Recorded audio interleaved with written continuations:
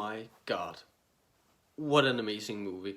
And I'm not even gonna, you know, drag it on or keep it a secret for you guys. Like, I'm gonna spill the beans right now.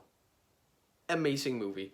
And I'm I was like, you know, when I first heard about this movie and how much praise it got, I was like, uh, Puss in Boots, the last wish is it's a great children's movie, a great story, great characters. As someone who I haven't seen the first one, and I've only seen the first three Shrek movies, because then I was and not even that, because I only I think I only saw the first half of the third Shrek film, because then I was kind of, Shreked out. Um, First one was okay, although the scene where Fiona accidentally kills the bird with her voice and then has to cook its eggs gave me a trauma for life. I liked the second film, thought that one had a really sweet ending, and then again the third one, um, I dropped it halfway through, and I'm like, when I heard all the praise this movie got, I was like, really, Puss in Boots? You are saying that a movie about Puss in Boots, and not just Puss in Boots, but the Puss in Boots, who is from the Shrek films, the films that are literally a parody on the classic fairy tales. That Puss in Boots. But okay, greatness comes from unexpected places sometimes. So tonight, me and my brother went to see it, and sometimes you're like, you hear all this praise, and you go in with sometimes you go into a movie with kind of like, I don't think it's gonna be that great. Like, that's unfortunately how I watch Frozen. Even though I went to see it fairly early, as in I think it had been out for about a week. That's not early. Everything is relative, but um that was a case where I heard everyone talk about, oh my god, this is so great, and I got tired of the film before I had even watched it. And then when I finally watched it, I was like, it's okay, but it's not the best thing since sliced bread. Um, Excuse me, I'm under the weather. But this movie, when I went in to see it, it was with a completely open mind, and I expected greatness, but I was also like, okay, give this movie a chance to breathe. I didn't even have to do that from the very first scene. Um, I could read the greatness. I could see that this movie was gonna be something awesome, because when you can see from the very beginning that that the action is great, the the way the story is told, the way the lines are presented. When it's hard to describe, but when the scenes just flow, like, and you have nothing to point fingers at, and the more you watch, the greater it becomes. You get this gut feeling that you know this is gonna be a great movie. I can just feel it. And it was, I mean, and I may be overhyping it, kind of like when I watch what I think is a really bad movie. I'm in the opposite trench, where I feel like, oh, I'm over nitpicking. I'm being overly negative, but in my opinion, this had greatness written all over it from the very beginning. And because of that, because I know in my previous videos I've been very, very, very spoiler heavy, like going through the entire plot from beginning to end. But aside from no, I didn't spoil the plot in Matilda, if I remember correctly, but um, I think it has mostly been the movies I didn't like where I spoiled the whole damn thing. Maybe to do you guys a favor, like I remember it, so you don't have to, or whatever. All the other reviewers say I suffered so that you don't have to. Anyway, um, it's nothing like that. It's just some sometimes I just keep my mouth running, and oh my god, this scene was great, and oh, this scene was great, and before I know it I've spoiled everything. But this one I'm not gonna spoil.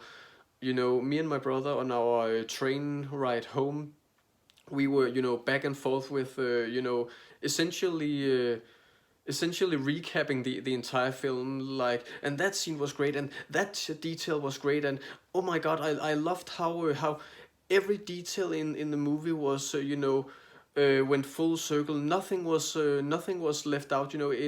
There was nothing where I felt that hey, why wasn't that plot point resolved? Every single thing in this movie, and this was the first thing I pointed out to my brother when we were done watching, and the credits scrolled, and some talked about the movie and some started leaving. By the way, I have always been the type to stay and watch the credits, not just because Marvel made it popular, because oh, maybe there will be maybe there will be a post credit scene. I have always stayed to the end. Mostly because my mother said a movie is not done until the credits are. But also because I'm like, I paid to sit here. I'm gonna watch the whole bleeping way through. Thank you very much. But anyway, when the credits rolled, that was the first thing I noted was that every single thing that was introduced, every single plot point, every single detail that was introduced was used later on, or was picked up later on, or that cool thing when a character says something to someone else, and then later in the movie, sometimes right after, or sometimes way later in the movie, they get that thing they said, they get it thrown back at them, like this isn't so much a spoiler, but just a quick example. One character says to another, "You won the orphan lottery." I know it sounds cruel, but it makes sense when you see it. And then later in the movie, someone else says that same thing back to the character who said it to them, like, you won the orphan lottery. Again, doesn't sound pleasant, but trust me, it's a masterpiece, this movie. And characters that you if you have watched the trailer, you know that for example, that Goldilocks and the bears are in this movie, and the way they are presented, when you first see them, is like, oh, this maniacal blonde girl, and these grisly bears who are just out for death and destruction. But then it turns out that, and again, that's not a spoiler, but it turns out that they actually have a family thing going on. It's very wholesome, and they become really darling characters that you actually root for. Besides Puss and his friends, they become kind of anti-heroes, anti-villains. No, I would say anti-heroes. And the main bad guy, not gonna spoil, but the main bad guy kind of has this Hades from Hercules thing going on, where you love to hate him. Like, he is so over the top a bad guy that you can't help but love him. You want to see him fail, but you also want to see where's this whole thing going. And again, I haven't watched the trailer. I first learned about this movie when I saw Saberspark talk about it, and he also tried to keep it vague as to not spoil too much. And you know, if you have been on YouTube and seen thumbnails at all, you know about the wolf in the film. And again, no spoilers, but he is undoubtedly the best character in the entire movie. Like the way when he shows up, and his role in the story, and how he talks, and he's just superbly written. In fact, all characters in the movie are like, I felt that, to bring another point up with you know, um, no detail was superfluous. No no line of dialogue in the movie was superfluous. There was nothing where I was like, that didn't need to be there, or oh my god, that comment was so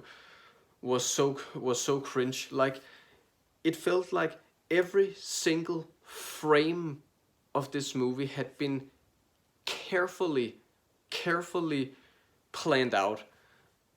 And you know, I love it when a movie comes together like this.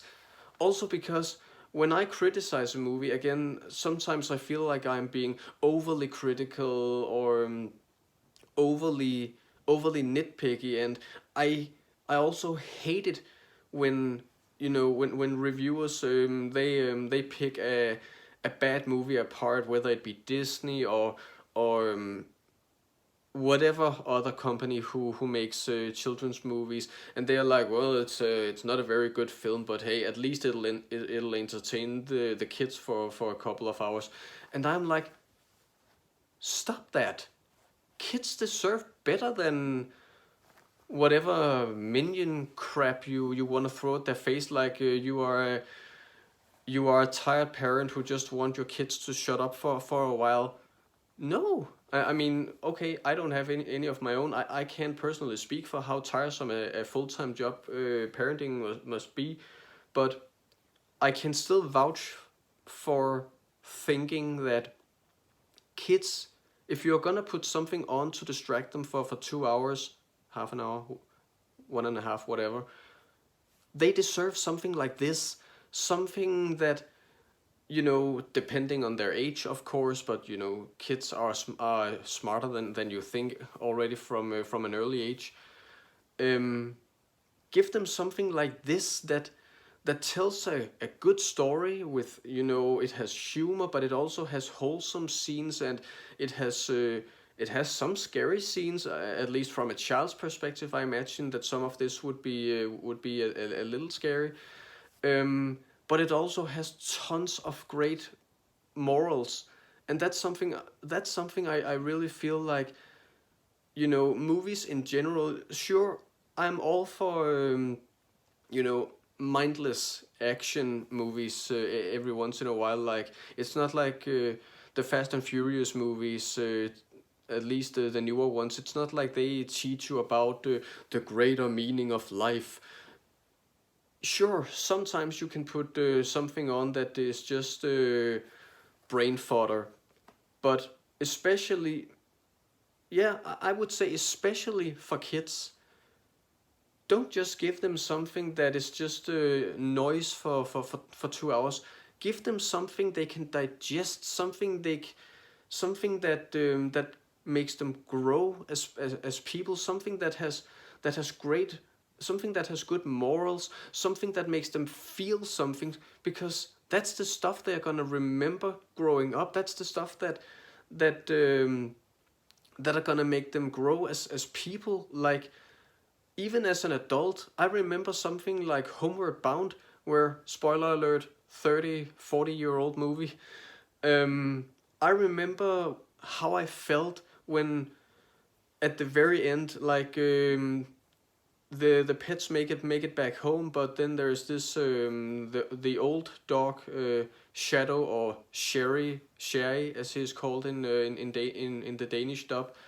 Um, they give up on him because he's the only one who doesn't show up, and the kid Peter, who is Sherry's owner, he also gives up, and he's about to turn around and be like, he was too old to make it. And then, I mean, for a moment the movie actually kind of fools you into thinking that, yeah, he's gone. But then you see him, then you see this dog, this character, emerge from this hole in the bushes, and you see when the kid, because you're like, turn around, he's right there, turn around, he made it, don't be sad, turn around, see, he's right there. And then stops up and looks around, and he's like, Sherry. And then the two, run towards each other and hug, and so wholesome. And I remember that stuff. I remember, you may call it cringy or whatever, but I remember scenes like that even as an adult, and that's the stuff I want to see in modern kids movies. Something that touches on your heartstrings, something that tells you a good story with great morals, something that can be discussed, something that makes you think about, maybe not the higher questions in life, but something that makes you think. And this movie is a perfect example of a kids movie that takes its audience seriously. Something where even adults, at least adults like me, who are just a grown-up man-child, but something where even I can sit and I can laugh at the jokes despite not finding Shrek funny, and Shrek, which this movie, or this character Puss in Boots has spawned from. Shrek is parody to the core. Like, all of these fairy tales that Shrek is parodying.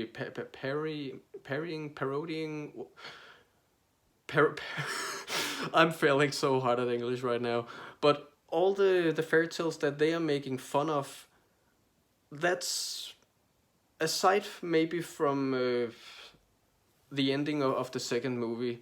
Again, I never watched the third one till the end. I never watched the fourth one. But to me, Shrek felt mostly like, one of those movies where anything serious gets ruined by something funny afterwards. But this movie allows itself to take itself seriously, while also having funny stuff. So there's humor, there is action, there is there is wholesome, and there is serious, and everything neatly bound together in a beautiful package. And like I said, nothing is left out. If something as simple as a knife is introduced, like, here Puss, take this knife, you may need it later, that is gonna be brought up later. No matter what it is, they have thought about everything, every single little detail. And to repeat myself, I love it when a movie feels complete like that.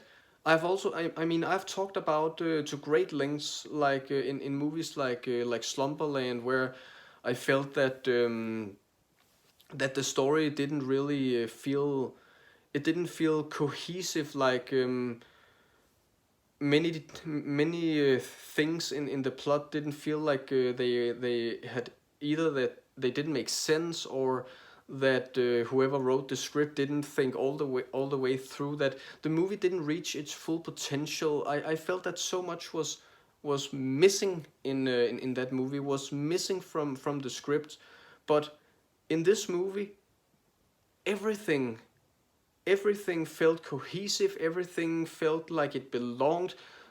Not a single second of the movie felt unnecessary. And at the end, I was left satisfied. I was left with a movie that wasn't too long, wasn't too short, didn't feel like it had missed anything, didn't feel like didn't feel like it had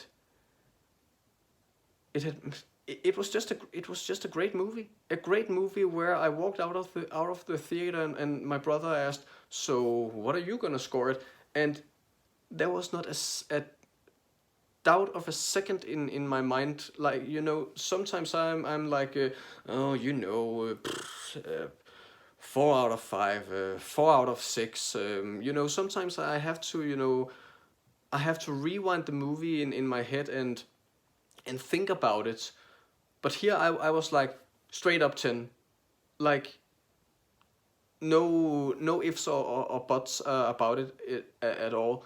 And whenever I see a movie like that, it's also a great reminder for myself that when I do have these these bad films that I have watched, and I feel that I might have been too harsh on it, or too nitpicky, or what have you. But then I watch a movie like this that I legitimately do enjoy and have a lot of praise about it, and where I and where th- and where I think to myself that when I do watch these bad movies, then no, I'm not being too critical. At least not in my own opinion, obviously. But a movie like this, legitimately great, and that's a good reminder to myself that I'm not just always overly negative or overly critical. When I see something legitimately great, I recognize it, and that be whether it's for kids or adults. And all I have said, one of my returning points about the movies that I've criticized is that no matter what your point about the story is, no matter if it's a comedy or horror or whatever, the only thing I ask is that you tell a good a good cohesive story where every single card has been played, where the movie has reached its full potential. That's all I ask, because if you don't tell a full story, a full cohesive story where everything has been resolved, then you are doing the story at this service. Every story, in my opinion, every story deserves to be told to its fullest, with, where nothing is left unresolved. At least nothing that, sure, you can have movies where there are some things that, as they say in the opening of Alan Wake, the video game by Remedy, like, the unsolved mystery is what stays with us the longest, and is what remains with is what we remember at the end. Of course, it depends on what the movie wants. Like, not all movies should just give you the answer straight up. There are some movies where the whole point is that there are unresolved things, but in the way that the movie has given you just enough breadcrumbs that you can piece it all together without the movie straight up telling you this is the answer. And sure, if that's what the movie wants, then go for it. Tell a cryptic story full of mystery, and where at the end you are still left with a lot of unanswered questions, but unanswered questions because you need to piece it all together yourself, and there may be a lot of theories and a lot of interpretations. You may be like, oh, I think that this is the answer, and whoever you watch the movie with might have their own theories. And if that's the point of the movie, to spark conversation and to spark theories, then again, no, in those cases, of course, the movie shouldn't just resolve everything for you. But when I say resolve, again, I just mean that what the movie sets out to do, it should aim to accomplish.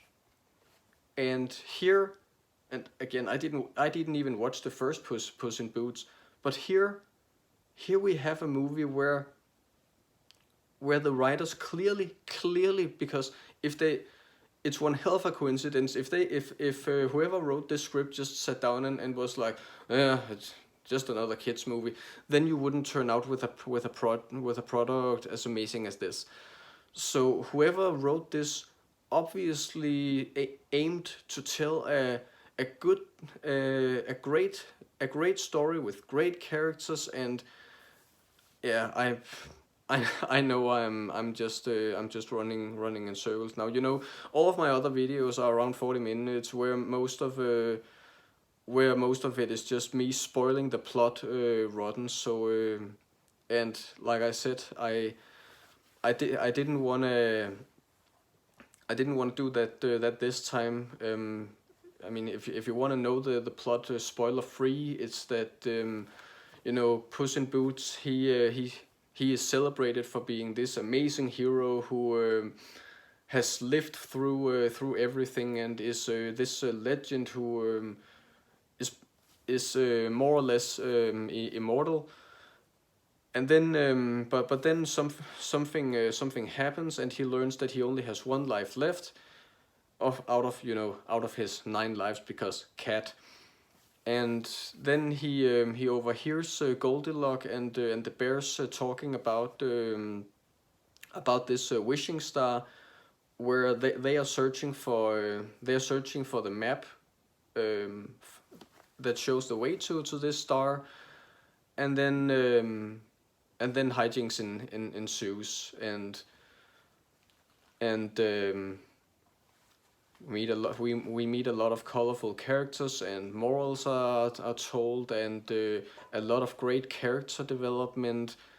I really want to no I don't want to spoil this. I don't want to spoil. What I mean is that one part of me really wants to talk about all of the spoiler heavy stuff, all of the scenes where me and my brother were gushing all the way home, like, oh my god, this scene was amazing, and this scene was amazing, and the way this scene was delivered was totally amazing, and the way he looked at him, and the way he talked, and the way he delivered this particular line was I mean, I want to talk about all that stuff, but at the same time, maybe just me describing just me vaguely describing the things that I would normally talk about is enough.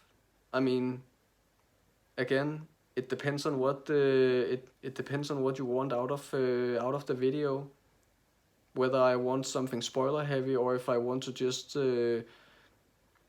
grit you guys' teeth for wanting to watch it yourself. So yeah, without without all the spoiler heavy stuff, even now, as all of my favorite scenes are playing on repeat in my head, this is to repeat myself for the millionth time, even as a kids movie. And that's another thing.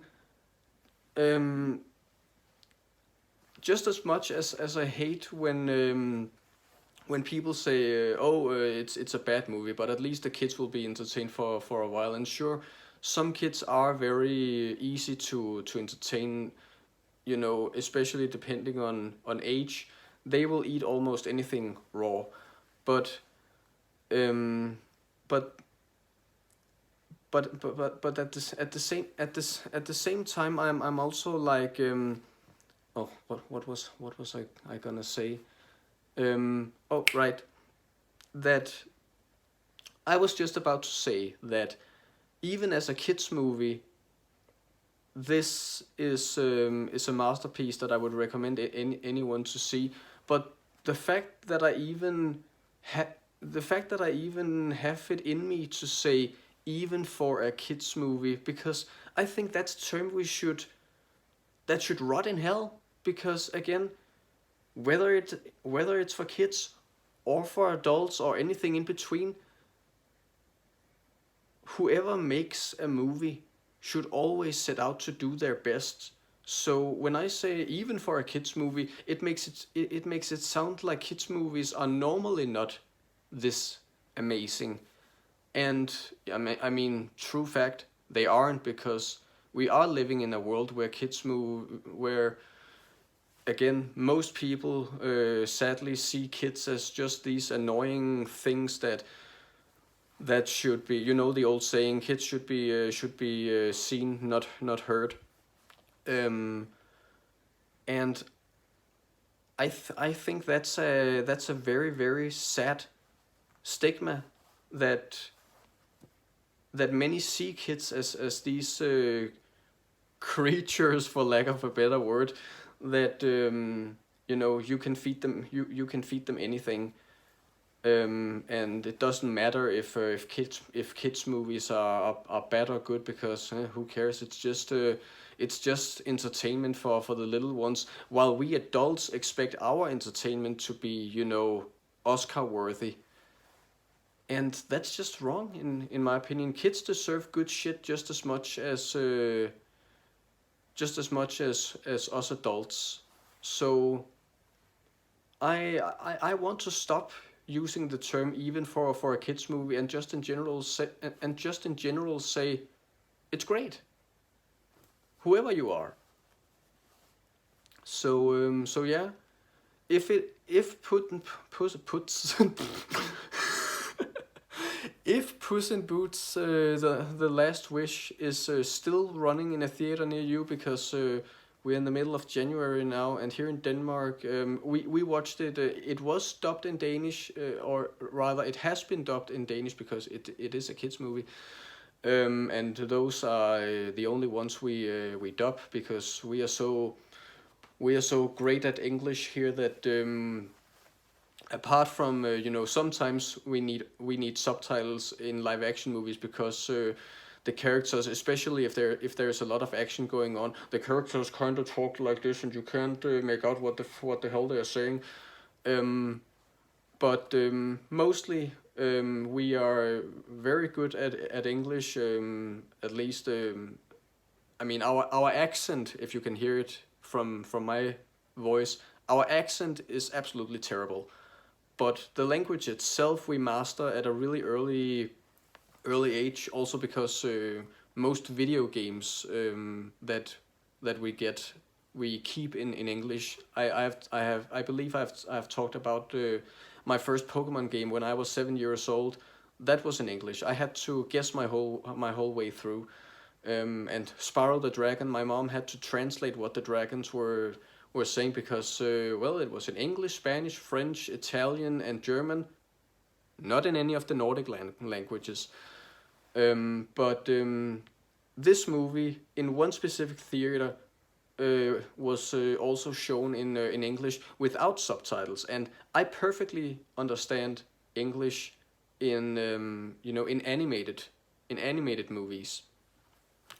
Also, like, you know, anime, cartoons, anything anything where it's voiceover, where it is not an actor on set directly talking, I understand perfectly without subs. And I guess because he had watched the trailer in English beforehand, my brother insisted that we watched this movie in its original language to, you know, kind of get the authentic feel, and then, you know, then later we can see if the Danish voices are anything good. I mean, we have a terrible here in Denmark. We have a terrible history with our Danish anime dubs. Like, and I know it's long ago. We have gotten better since. I want to believe, but our dub of Dragon Ball Z, which only, by the way, only ran up to episode 109 ish. You know, right after Goku defeats Frieza on Namek. That dub was absolutely terrible. Um, like they used the same six actors, I think, and the only woman in the group voiced all of the female characters. And there was one scene where the guy the guy who voiced Krillin in English also voiced Berta, and in the same there was a scene where these two characters were together, or they were in the scene at the same time, and the guy did nothing to change his voice. Like, it was the same exact voice for this little guy and this tall blue guy. Even Vegeta, when he transformed into a great ape, they did nothing to make his voice sound more ape-like. No, it was just Vegeta's normal speaking voice. But that aside, when it comes to at least theatrical releases, we most often do a bang up job. Like, our Disney dubs are excellent. At least, I mean, I think so, because I understand the language. Um, and we also often do a really good job at translating.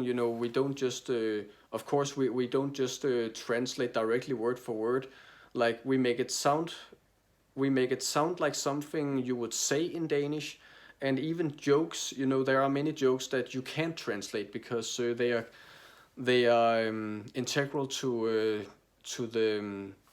the language they are told in. Like, in this movie, Puss in Boots, there is this scene where Puss says, "It's raining bears." Obvious reference to the song "It's Raining Men." In Danish, "Det regner med bjørne." You can say that, but the original English joke is a reference to an English song, so the joke wouldn't translate into Danish. So in cases like this, I'm kind of curious what they are gonna do instead, because again, if a joke doesn't work, if the original joke wouldn't work in Danish, we are often very good at thinking up another joke that works in Danish and also works in this particular scene, so that okay, the original joke is lost, but in turn we have come up with something else that makes our version special in its own way, so that nothing is really lost, but something is lost, but something new is gained, if you can follow me. And that's also one of the reasons why I don't get dubs where they are like, oh, we need to stick as closely to the original script as possible. There is a thing called too close. Like, come on, live a little. If Why can't the Croatian dub have something special that's only in that? Why can't the Swahili version have something special to it, instead of no, we have to stick 100% to the original script in order to be authentic? Shut up. But yeah, I've talked long enough, I think, and I hope that you guys get the point.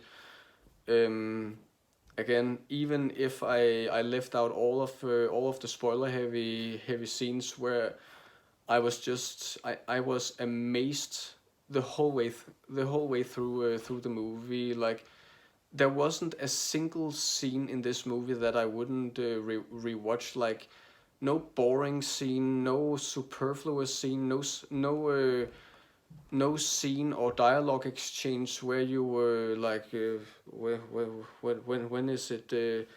Come on, get on with it. No, no, none of that. So, and again, we watched it in English. Here, the movie has been running since right before Christmas last year. I think I want to say, and sometimes we get movies much later than everyone else. Sometimes we get them just about around the same time. So I don't know if it still runs in your neck of the woods, but if it does, by all means go and watch it. This is definitely a movie you want to watch on the big screen with surround sound and big picture and all that. And hey, if it doesn't run where you live anymore, get it on DVD or Blu-ray or whatever you have. This is have little or big kids, or if you are a child at heart yourself, or heck, if you just enjoy a good animated story, by all means, go watch this one. I I haven't rated any of the other movies I have reviewed, but this is um, this is a 10 out of 10 for me, no question. And so with that, the highest praise I can give. I mean, I say the highest praise, and with that, it kind of makes it feel like I'm calling this the new Citizen Kane of animated movies. I'm not saying that if you watch it, that you may not find problems, or you may not think it's great, especially now that I may have overhyped the movie for you. I'm not saying this is the second coming of Christ and should win movie of the year, but for what it is, for what it set out to accomplish, I can't find any faults with it, and therefore, and on that basis, it gets my full recommendation. So yeah, again, have go see it if you haven't. If you have watched it, what did you think? Do you agree with my high praise? Are you sitting there, or standing, waiting for the bus maybe, thinking, what the hell is he talking about? That was a terrible movie. Share your thoughts in the comments below, and I hope that the next movie I'm gonna talk about, that I have just as much praise for that one. So until next time, see ya.